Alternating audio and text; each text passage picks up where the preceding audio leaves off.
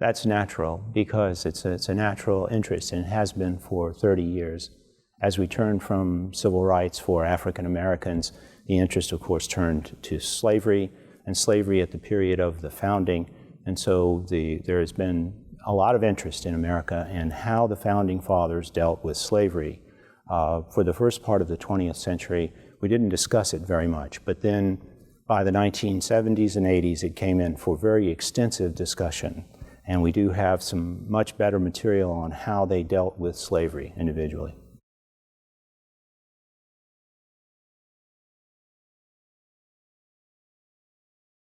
Because it represents the great American contradiction. It was the promise of liberty, the promise of equal rights for all, and the contradiction was that many of the people who wrote those documents and signed them held slaves. And so it is the great American contradiction. It's been the beginning of what I think most historians consider one of the great problems in American life, maybe perhaps the greatest.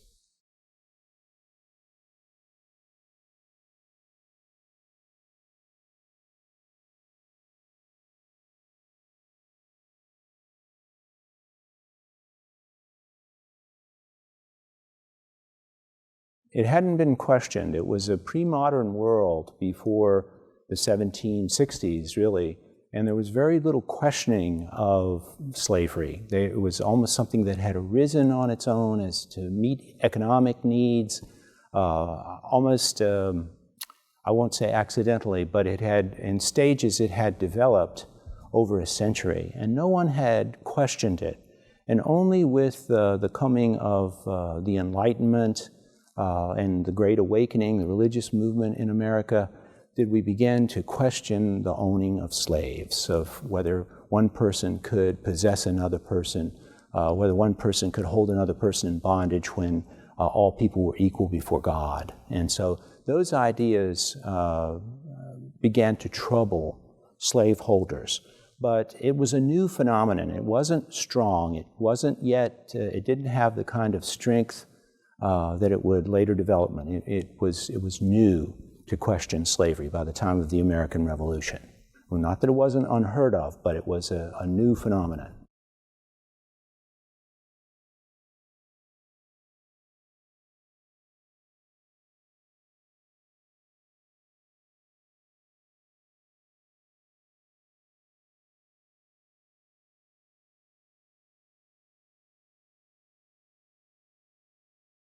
George Washington, of course, the greatest of the revolutionary leaders, was a Virginian. He had grown up on the northern neck of Virginia, which was a center of slavery in the first half of the 18th century. He was from a family that owned slaves, and he was part of a slave-owning culture. He had married a woman who, in fact, had more slaves than he did. So Washington was a slaveholder. He was part of that whole generation and group of people that hadn't really questioned slavery until that era of the American Revolution. And Washington becomes increasingly troubled by it, of course. He's not, I think, totally easy with it at the time of the Revolution, but he's also has to be politique. He has to consider that he has places where slavery is very strong and other places where it's not. So when slaves are enlisted in blacks, or in some free blacks, he bans it initially because he's afraid that it will upset other slaveholders and they will see this as an incitement to insurrection. But then he rescinds that order and enlists African Americans in his forces and uses them as soldiers. And so Washington, we don't know what all sorts of influences. We can speculate to some extent. He spent a lot of his time during the Revolution in the northern colonies and with people where the questioning of slavery was stronger. And so he came to feel, and he felt the contradiction of it, so that in the latter stages of his life, he wanted to end it. He really wanted to end his personal involvement. He was a very astute businessman. He had escaped tobacco planting, which was a declining business in Virginia at the time of the Revolution and in the 1780s. He had moved into the growing of wheat, He was also a land speculator in Western lands. He was a distiller. He was doing a number of business enterprises, and he really was moving into a business model that didn't need slavery. And at the time of his death, or before his death, in his will, he indicated that he wanted all of his slaves to be freed after his wife's death. He didn't want to leave her in economic need or want. And so after his death, shortly after his death, Martha Washington grew uncomfortable with the feeling that there were people around her who were waiting for her death to be free. And so she freed the slaves as a consequence.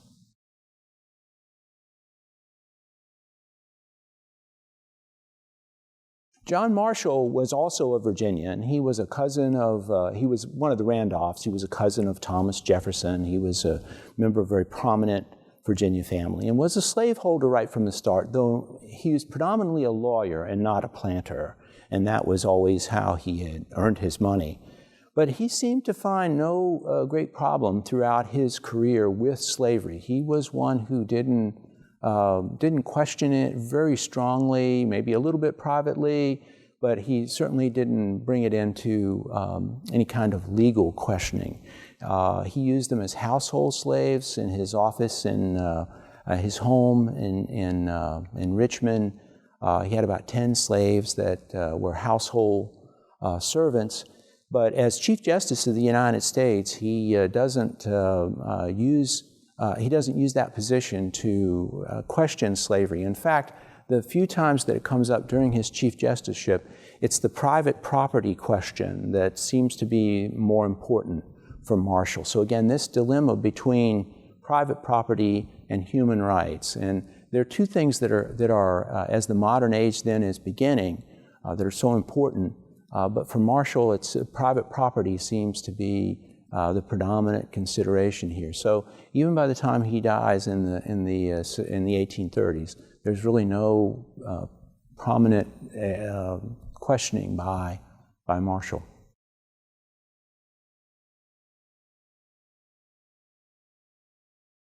Hamilton, again, one of the revolutionary leaders. Hamilton and Marshall were good friends during the Revolution as young Continental Army officers. They shared the hardships of Valley Forge together. Interesting point about Marshall and Hamilton. But in regard to slavery, of course, Hamilton was from New York. He had been born in the West Indies, but was educated and grew up in New York. He'd gone to King's College. And he had married very well. He married a very wealthy young woman in New York City. And he came very early on, absorbed these ideas coming in from the Enlightenment that slavery was wrong. And so he felt very much by the time of the American Revolution. In fact, he supports the idea of arming more slaves, the one that John Laurens will put forward later. And he and Laurens were also friends, but he supported that idea. He joins in the 1780s. He joins the New York Manumission Society that's going to press for liberation of slaves and for the ending of slavery. So Hamilton was anti-slavery. Of course, he comes in an environment, in a place where slavery is not important in the economy, and it's easier for him to do so. And we might also add that we don't really get very much criticism of him of the slave trade, which was something probably he could have said more about. But again, we've got to remember that this is in the early stages of the revulsion towards slavery. So we find that what Hamilton says is pretty much consistent with that.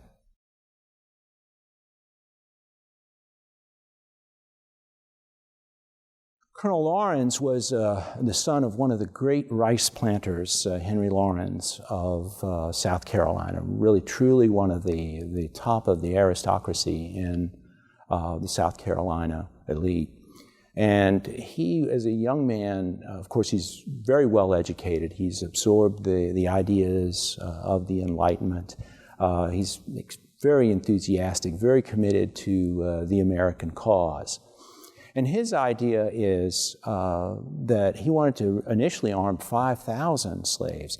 And actually, he thought, we get from his writings, of course, he's going to be killed during the war, and so he dies as a young man of 27, so we don't, his views on this don't have a chance to mature, but we see that he could possibly see this as the end of slavery, maybe, or something that's going to change it very fundamentally, because he wants to arm and use these black troops with the promise of freedom. He thinks that that's consistent with the new ideas and with the ideas of the revolution. He scales the idea back. He goes to South Carolina and scales the idea back to 3,000.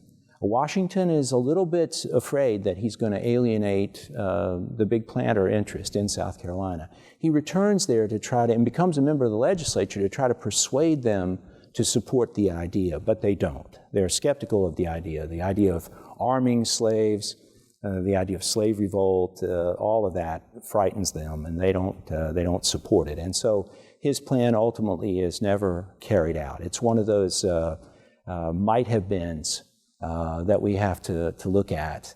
And it was, again, some of the finest ideas of the Enlightenment as they are expressed in the Revolution are expressed in Lawrence, a very brave young officer, heroic in a number of the battles of the Revolution, and eventually is killed fighting the British.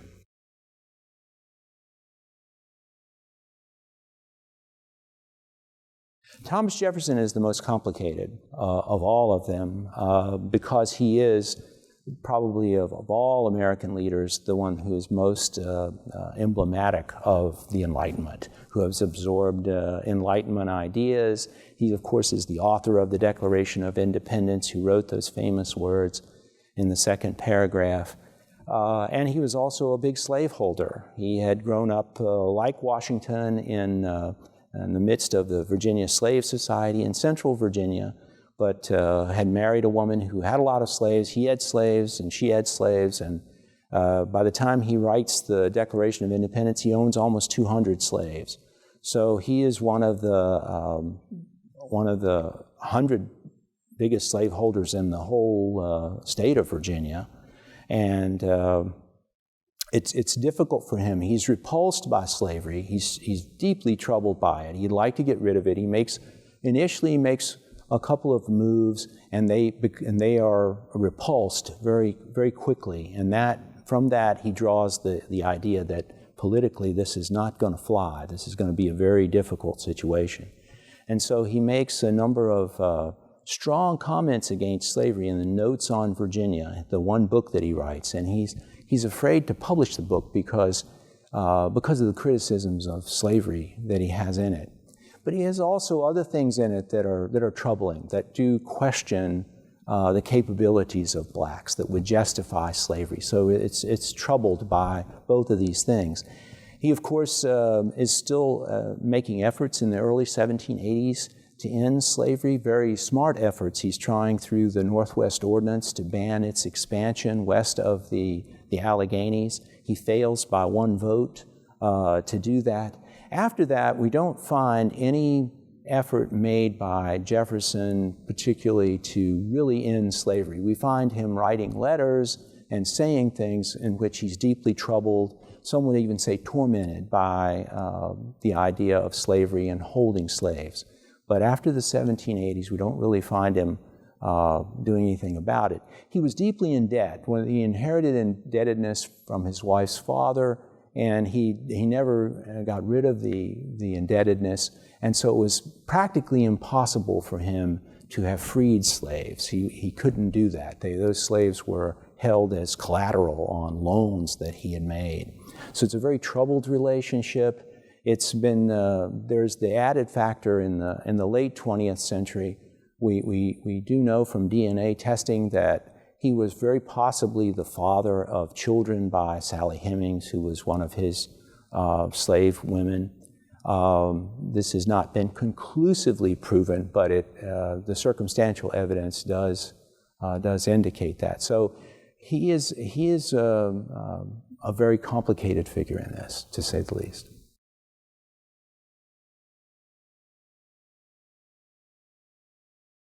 Franklin, great American genius. Again, someone who's absorbing the ideas of the Enlightenment. And you can see this within Franklin's own life. In the 1740s, he comes to own a few slaves. He uses them for household servants, and he keeps a slaveholder from the 1740s till the 1780s. But by the time of the American Revolution, of course, he spends time in France. He knows the philosophes. He's right at the cutting edge of the Enlightenment. And he says, you know, slavery just does not comport with what we are coming to know of human nature and of how people should treat each other. And so he joins the Pennsylvania Manumission Society, and he frees his own slaves. So by the time of the Constitutional Convention that he goes to his last real act, he is an anti-slavery figure.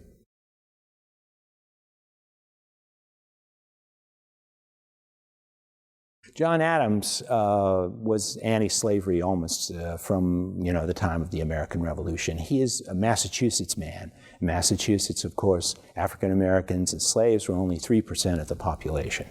And so ideas of the Enlightenment affect Adams, and it's rather easy for him to say, let's get rid of slavery. And of course, he writes that the Constitution, the 1780 Constitution of Massachusetts, that's later the basis for the court decision that ends slavery in Massachusetts. So he's anti-slavery from the start. He lives in a place where it's not difficult to be anti-slavery. And so the ideas of the Enlightenment that are moving him, he can act on.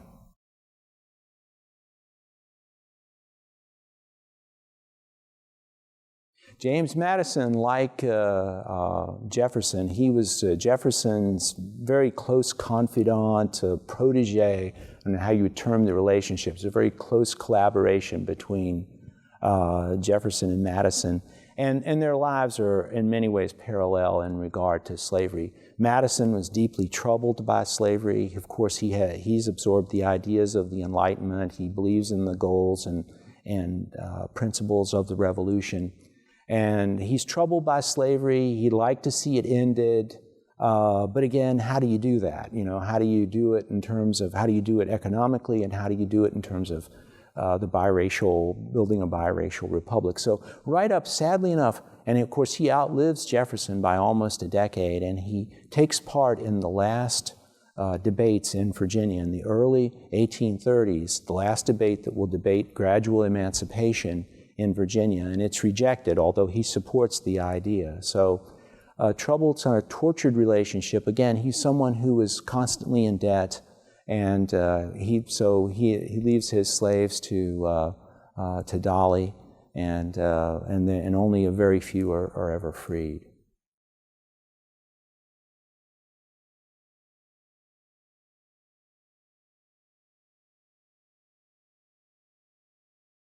Very, very deeply. It's at the heart of it, really. I mean, the principle of the Declaration carried forth into the 14th Amendment to the Constitution that was adopted in 1867 that guarantees the equal protection of the laws, the fateful phrase. Once that begins to be applied in the 20th century, by the mid-20th century, once that begins to be applied to state actions, then it becomes the key to opening rights for women, for other minorities, and for handicapped people. All sorts of people have been able to expand their rights built upon that idea of coming out of the 14th Amendment based upon the abolition of slavery, which has its foundation in the Declaration of Independence.